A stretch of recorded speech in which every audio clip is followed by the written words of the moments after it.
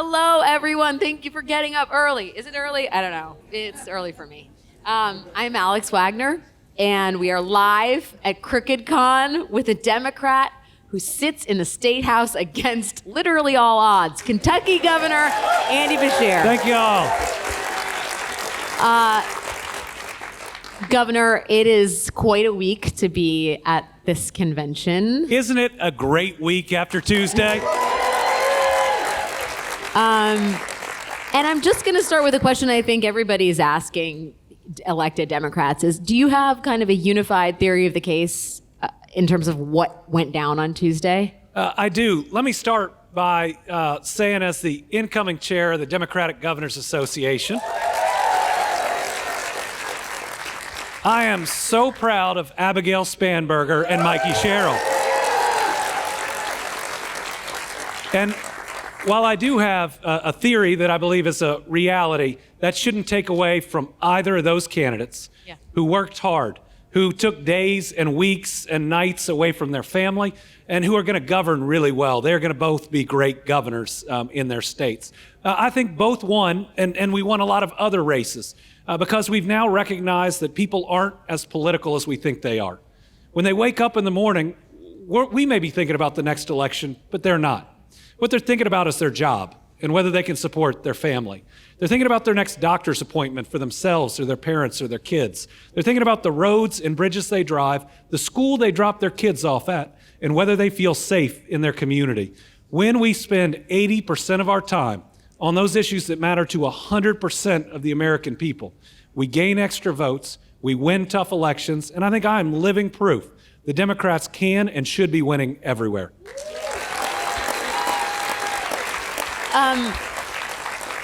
One of the things about Spanberger and Sherrill, since you mentioned, is their ability in a year to flip a significant number of Trump supporters to the Democratic side of the aisle. I think both of those women flipped 7% of Trump voters who voted for Trump in 2024 to be Spanberger and Sherrill supporters. Well, and both races were challenging going in. I mean, winning a governor's race when you have a still popular Republican governor.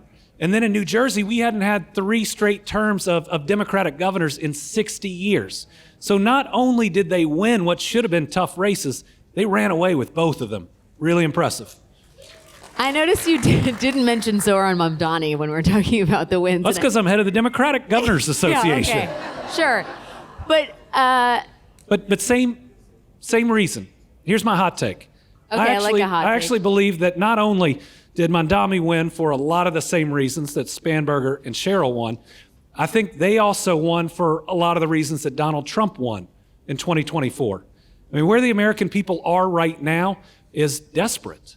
I mean, that next bill coming due could put them under. One car repair could be the difference between making it or not. And I get that people care about a lot of issues, but if you're worried about the cost of your child's next prescription, it's hard to get to anything else. And so what we saw is voters who are willing to vote for the people they think were most focused on helping them get through tomorrow and next week. But when you look at that 2024 election, Donald Trump made those promises, and then he did the exact opposite. Yeah. His tariffs are making everything more expensive. That new home, those groceries, his big, ugly bill is going to gut rural health care and make it so hard to see that doctor. So when you look at that flip of Trump voters, it's both that our candidates were more focused on where people are right now, on trying to make their lives a little bit easier and a little bit better, and Donald Trump has betrayed them with the way he's governed this last year. Yeah, I remember the table full of sweaty bacon that he stood in front of, promising to bring the price down. That bacon's still sweating. That's an image. Yeah, you're welcome, everyone. Sweaty bacon, Donald Trump. We are in Washington, D.C. You mentioned the price of healthcare. Right, and open enrollment started November 1st. On my podcast, we talked to someone whose health insurance is going up from $110 a month to $886 a month. These premium increases are real. The federal subsidies question is urgent. It's whether or not you can afford your child's prescription. What do you make of the Democratic strategy on the shutdown so far? Well, the Democrats have been very clear that this is the issue, and that they have been very, very focused in ensuring that everyone is carrying the message that is the reality that things are already too expensive.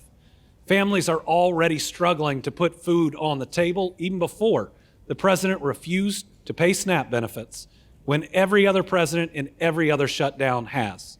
If people go hungry during this shutdown, it's because Donald Trump decided they should go hungry and not for any other reason. By the way, I was proud to be one of the governors and a bunch of AGs. We stood up to this president. We went to court. We got the ruling that at least partial payments could come out. And then some of my Kentucky employees, when we got the first word at 9 p.m. at night, went in, worked to 3 a.m. We became the first state to put benefits on people's cards because of their great work. The administration has gone back and forth. They said, we're going to partially fund SNAP. Yeah. Now we're going to do like 3/4 or 2/3. I can't remember. What I think is rich is a president that will do anything he wants, that is sending billions of dollars to Argentina during a shutdown, says he can't feed people because his lawyers tell him he can't. The USDA had up on their website that you can do this, and now we have 2 court orders saying they could do it. What's very clear is this president was willing to use starving people as leverage for a fight in Washington, D.C. That's cruel, it's wrong, and we deserve better. I gotta ask, so you directed $5 million from the state budget reserve to feeding Kentucky food banks. Are people in your state, first of all, do people in your state understand that the reason there is this crisis is because Donald Trump wants to starve the country? Well, I think people are starting to see it, but when you're hungry, you're not necessarily even looking for blame, you're just looking for help. And so what I've tried to do is surge those dollars to our food banks. I'm not worried at the moment about who somebody voted for or whether they're going to change their mind. I'm worried about their kids having enough to eat tomorrow. And listen, we've got to be that party that doesn't just support Democrats. We've got to be that party that believes in the American dream, that believes that with a hand up, not a hand out, that families can do better, that believes that there is a better life waiting for people. And this is just the basic for me. I'm a guy that's driven by my faith. And in my faith, the miracle of the fishes and the loaves is in every book of the gospel, which means it's pretty darn important. And in a country where we grow enough food for everybody, no one should starve. And that shouldn't be a democratic principle. That should be a basic part of our humanity. I would just say, if you look at policy alone, the Democratic Party is much more concerned with the health and welfare of Trump voters than Trump. If you look at where the federal monies have gone in appropriations bills, in terms of food stamps. Look at the big ugly bill. Net. Yeah, the big ugly. I'm so glad you call it that because we need one big beautiful bill. So just in Kentucky, a Trump plus 30 state, we're going to get hit harder than anywhere else. We've got 35 rural hospitals that may close. 20,000 Kentucky healthcare workers who helped us through the pandemic, who walked into COVID wings when they didn't have enough PPE to protect themselves or their families, are going to lose their job. Hundreds of thousands of Kentuckians are going to lose their healthcare coverage, and that's just the healthcare side. Each of these rural hospitals is the biggest payroll in their community. They're the second biggest employer behind the public schools. They close or they downsize, you lose the local restaurant, the local coffee shop, the local bank. What this does is it punches rural America in the face over and over, and the pain that people are going to feel, we've got to make sure they know where it came from. And I'll tell you, people are starting. There is a business in Western Kentucky, a small business that gets its materials from different places and then uses U.S. labor to assemble their product, and they were growing. But guess what? The tariffs have increased prices so much they can't pass them on to the consumer. And so this small business is having to lay people off. And when you do that in a small business, in a small town, you go to church with these people. Your kids play soccer together, and he is telling every single one of them that the reason they're being laid off is because of Donald Trump, and he's right. Okay. So just to circle back to the government shutdown, you think Democrats should stand strong? I believe that Democrats have to force a vote on extending these subsidies. And I am worried because open enrollment has started. Sadly, the damage might already be done. You look at premiums going up for everybody on the exchange, but also everybody else is going to see their premiums go up. And when you think about that rural hospital, take away that Medicaid funding and they're struggling, but then take away the extra people who were covered, that the hospital gets reimbursed at a higher rate, and suddenly there are fewer of those. because they can't afford it on the exchange. You get hit twice. And so all those hits to healthcare and all those hits to the economy get even worse. I mean, when you think about that, well, let's just talk about how the dynamics are playing out in your own state, right? First of all, you have a Republican supermajority, right? Not so super. Just a term of art. How do you navigate that? How do you get anything done? Yeah. First of all, even with all that, I'm really proud of what we've done in Kentucky. And I think it shows that when Democrats win, we do something that Republicans can't. We govern well.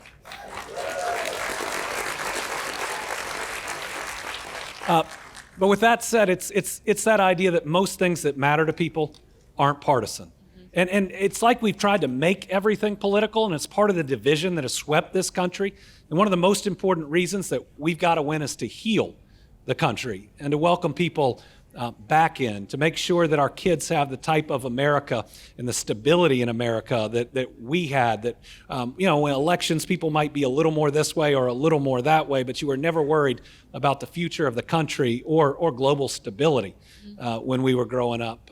But I think that right now it's just so important that we are running the right people, that we are running folks that are focused on everyday needs. And in Kentucky, that's what I've tried to do.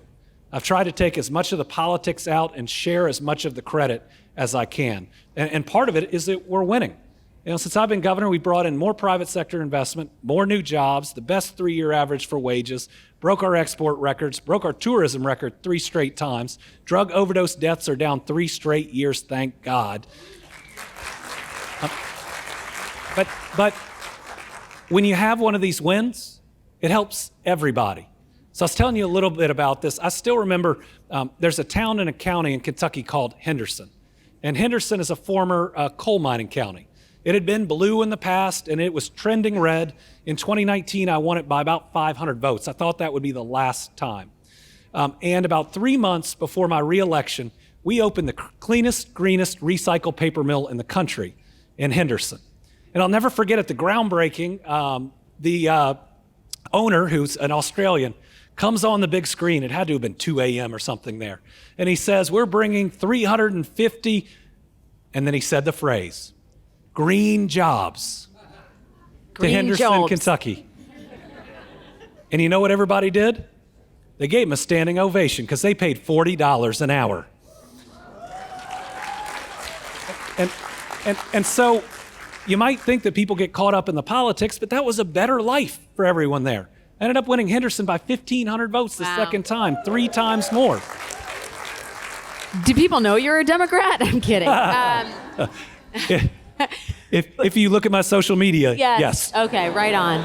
But you've also championed issues like trans rights and abortion or reproductive choice and universal health care. Like, how do you do that in a way that is both keeps you in office and is palatable to your constituents? Well, I think it's primarily 2 things. Number one, I stand up for every conviction that I believe in, but I still spend 80% of my time on things that matter to 100% of the American people. And so I'll stand up for my conviction, but I'll be opening a factory the next day. I'll stand up for everybody's rights, and I'll always stand against discrimination. But I'll make sure we're opening a road that week where people save 20 minutes each way. But the other thing I do is I explain my why. Democrats are very good at the what. We're really deep into the policy. Policy point 2, sub point 3, bullet point 4, I. But how often do we talk about our why? What drives us? And so I'm running for re-election, and my legislature passes the nastiest piece of anti-LGBTQ legislation we had ever seen. They have $10 million of ads ready to go. And you know what I do? I veto that bill because it's the right thing to do.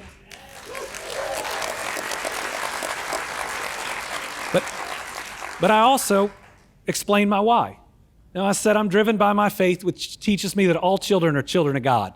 And so I don't want people picking on those kids. Said if the legislature is going to show them hate, I'm going to show them love. If the legislature is going to show them judgment, I'm going to show them acceptance. If this legislature is going to attack them, I'm going to be a governor that stands up for them. I didn't lose a single point. Wow. I won by more in re-election by far than in my actual initial election. But can I add one more thing to that? The next day, I am opening a factory, because you always have to be. And there's a guy in a trucker hat that makes a beeline towards me, and I thought, oh my goodness, I know what's coming. And I've been on the other end of that.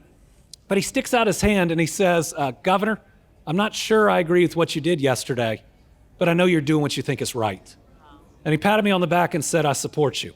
Well, when we have the respect for people who always vote for us or never vote for us to explain our why, we at least create the opportunity for a little bit of grace and a little bit of space for people to think a little differently or to have some differences of opinion, but understand this is the party with the candidates that believe in them and are trying to make their life better. Can we dig into that a little bit, though? Because I think there are people that want to explain the why, but Democrats, progressives, but they haven't figured out how to do that tonally or in terms of the line of communication. I mean, how do you have that dialogue when it feels like we live in such a bifurcated world where, people, are marinating in their respective echo chambers? How do you bridge that gap? How do you do that, like, practically? Yeah, you do it in a way that's real and authentic to you. We have a lot of great creators that are here with us, and thank goodness that Democrats have now recognized what content creators can do, and they are here with us, helping to spread the message in their own way. We need to make sure we show them the respect that their large audiences have earned them. And recognize how important that communication is. But I think each and every one of them would say that their audience in part is there because they are themselves. They are real. I mean, I don't know how to be anybody else. And certainly I came in as governor and the pandemic hit 3 months later. That is not cause and effect. But I gave an update every day for a year and a half. I read the death list every day for a year and a half because I didn't want anybody else to have to do it. Hardest thing I've ever done, but when you do that, and when you have to go out and say things they told you shouldn't say in politics, like I don't know, or I was wrong, or I'm sorry because of X, you tear away any facade that might be there, you tear back all the rules, and people actually see you. And so it was about then that people stopped calling me governor and started calling me Andy in Kentucky. And I love it. Right? It's a real relationship with our people where we can disagree on things, but also care about each other and want to do the best for everybody. And so I think everyone has to find their why. It comes from different places, but it's got to be real, and people have to be vulnerable enough to express it. I wonder if you think, as we look at Tuesday, or just even what you're saying about being authentically part of the community, being authentically who you are, is there any concern that the Democratic tent is so big that you can do well at the state level, right? But how do you have a national candidate that is authentically themselves and appeals to this vast, vast country? I love that question because 2 years ago, we were saying the Democratic Party was too small. Yeah, well. That if you didn't fit every litmus test, that you couldn't be a part of it. Listen, elections are about math. You've got to be a big tent party to win. And I think we as Democrats have recognized that we want people that are strong on the convictions that we have, but look at what we have in the White House right now. The most important thing we have to do is win. And we've got to win with people that are going to lead well. We've got to recognize that some people who win won't share every single value that we may have, but will share a lot of them. And if the focus is on bettering people's lives, if the focus is recognizing that everyone will do better and will have less division if they can pay their electric bill, if they can send their kids to the after-school program they need, if they can afford the therapy for a special needs child, if we as a party put all of that first, then we can not only be a big tent party, we can be one that gets results. I'm hearing affordability as a central plank for Democrats going forward, but are there issues you think Democrats should distance themselves from? I think if you have a conviction, you ought to stand for your convictions. That's part of who you are authentically, and I don't think we should run from that. We should stand up against discrimination. I mean, I vetoed every anti-DEI bill that's come to my desk as governor of the Commonwealth of Kentucky. And while the other side may have demonized a three-letter acronym claiming it's a four-letter word, diversity is always going to be a strength and always has been. I mean, you get to a better solution if you have people from different backgrounds offering their experiences, knowing that we're all shaped by how we've grown up and the different things that we've experienced. I mean, how can we lift all of our people up if we're not listening to all of our people? I vetoed every anti-LGBTQ bill that's come to my desk. I vetoed 4 anti-choice bills that have come to my desk. So I think I've shown that you can stand up for your convictions and still win. But I'm going to go back 80% of our time on things that matter to 100% of the American people. See, I believe that if we are viewed as distracted, that's when people vote the other way. They're not voting the other way because they might have one different opinion on a culture war issue or a conviction. They're voting a different way because they believe that's the only thing we're focused on, maybe at the expense of them being able to pay that next bill or being safe in their community. So you can veto anti-choice bills, just beat a factory opening the next day. It is helpful. A new health clinic's good too. Are Democrats too reliant on anti-Trump sentiment as a sort of motivating factor? I think when you look at the governor's races, they each carried their own message. And that's really exciting. I mean, we as a party have to be more than just against someone. We've got to be for something. And yes, being anti-Trump creates energy, but energy needs direction. You know, with the American people crying out for a better life, that's what we need to be talking about. Now, the two are really closely aligned because Donald Trump's tariff policy is making every day harder and everything costs more. And the Democrats can come with that alternative, that we're going to try to lower the price of housing, that we're going to increase the supply of housing.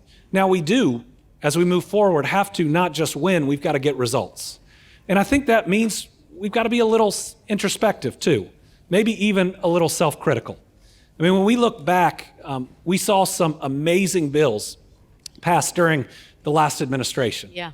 But we saw them take far too long to be implemented. Yeah. If we believe in internet for all, if we believe this is something basic that everybody around the country needs, it can't take 2.5 years. And we still have no fiber in the ground. Yeah, rural. And so we've got to be a party of results, of the right levels of rules and regulations to protect the environment and protect our people. But we need to make sure we don't overdo it so that we can create that better life as fast as we can for our people. I mean, I'm not suggesting you're going to be running for president in 2028. I'm sure. You're just doing all this media and talking about your stellar record as a Democrat that can win in a red state for, good advice. Am I doing all that? What's that? If, you were looking at the landscape, how do you think running for president as a Democrat in 2028 will be or should be different than in 2024, setting aside 107 days and the actual time frame of running, right? But what lessons can be learned or should be learned? Well, I'm a little biased, but I believe our next president should be a Democratic governor. Oh, interesting. And I say that because I got a lot of great colleagues. Now, we've got such a deep bench of incredible Democratic governors, from your Gretchen Whitmers to your Josh Shapiros to your Josh Steins to Katie Hobbs, who's going to have a tough race but is going to win. Wes Moore is a great friend of mine. Possible running mate. To our... I'm just here offering color commentary. I mean, but what we have to do is we have to get results. We have to be common sense, common ground, and then we have to deliver for our people. And I think it's important that the next president, who must be a Democrat, is somebody that can not only bring our country back together, get us past this us versus them, which I believe is one of the biggest threats, but also has to restore faith in the American dream. And that's the second biggest threat to our country. Right now, so many people believe if they work hard and play by the rules, they still can't get ahead. And we've got to make sure that we have a president that can not only build back the federal government in a way that is more efficient, that's quicker, and that gets better results, but ultimately has to make sure that our people are doing better and has to be focused on that every day. I think that means you're going to have a cabinet that's going to have a lot of governors, because it's not just the cabinet secretaries that are no longer there with experience. It's the head of each of these agencies. And governors are people who aren't just leaders, they have leaders in their states in some of these same areas. And I get to talk to my colleagues all the time. They love this country. They're ready to do everything they can to build a better country. And so, I'm also the incoming chair of the Democratic Governors Association. Yeah, right, sure. No, it's just it's a governor's This plug. answer helps me call each of them and tell them I need their help. Yes, cool. But are there things that in the postmortem, first of all, in the context of the election wins on Tuesday, right? And the profound loss on election day 2024, are there things Democrats should not repeat? So if you look at 2024 versus 2025, 2024, I think that the strategy near the end for Democrats was we've got to do 84% with this group and 76% with this group and 65% with that group. And the Trump campaign said, let's do 3% better with everyone. And what we saw through that is regardless of what demographic you fall in, if you can't pay the bills, that's your number one issue. That yes, we have differences in our backgrounds that should be respected, but we're not as different as people think when it comes to our basic everyday needs. I think how we won this time was making sure that we had those 1, 2, or 3 messages, because that's what's so important to the people of the country right now.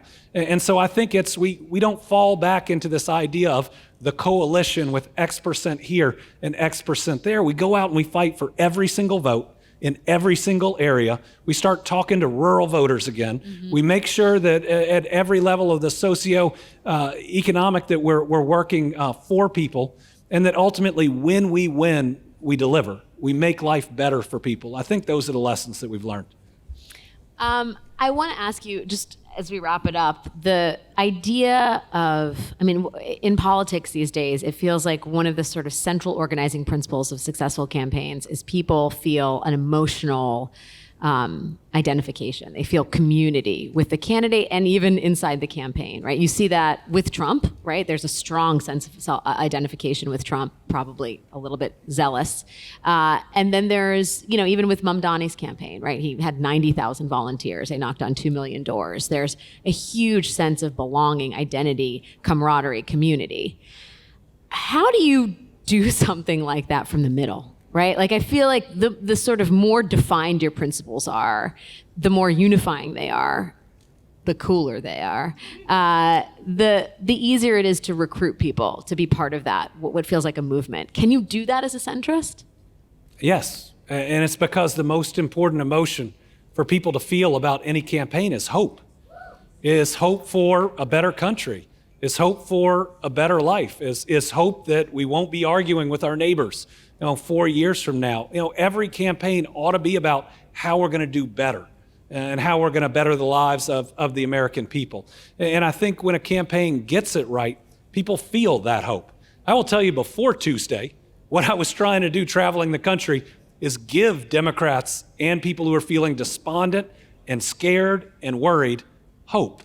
The idea that we got to get off the mat, that this country is worth fighting for, that we've got to get out there and make sure that we win the next election, that we elect people everywhere from school board all the way up to make sure that we're delivering for the American people. And guess what? Tuesday gave us all a whole lot of hope. Totally. One last one. Do you need to be cool? It's not you particularly, although but I do feel like we're in this zone where it's do you have the right memes? Do you have the right suit? Do you have the right you have the right suit. Does that matter? Do you think you have it? I think you've got to pay attention more to media than ever before. I think you've though got to be yourself in different ways. If you watch the videos we put out, yes, there are videos on all the different issues. And then there's a bunch of me being a goofy dad. Great. And part of that is because I'm a goofy dad. I love my kids and I love my family. And that's, I think, things that people can relate to. But there's no question you've got to show yourself in new and interesting ways. And that's, again, why Crooked Con, I think, is so important. First, re-energizing everybody that's out there, but then engaging across all platforms. My kids are 16 and 15. Thanks. If we weren't doing podcasts, if we weren't doing YouTube, if we weren't working with these content creators, they wouldn't watch different media. They would have no idea who you are. They might not. It would just be Mr. Beast and then Dad at home. Well, I did make a Mr. Beast video once, though. Well, there you go. Just hitting it on all fronts. He rebuilt 6 houses after a tornado in Kentucky. Wow, so, that's amazing. Pretty grateful. Right on. We are going to leave it there with the Democratic Party's red state sweetheart, Governor Andy Beshear. Thank you for your time, sir. Thank you for all you do. Thank you.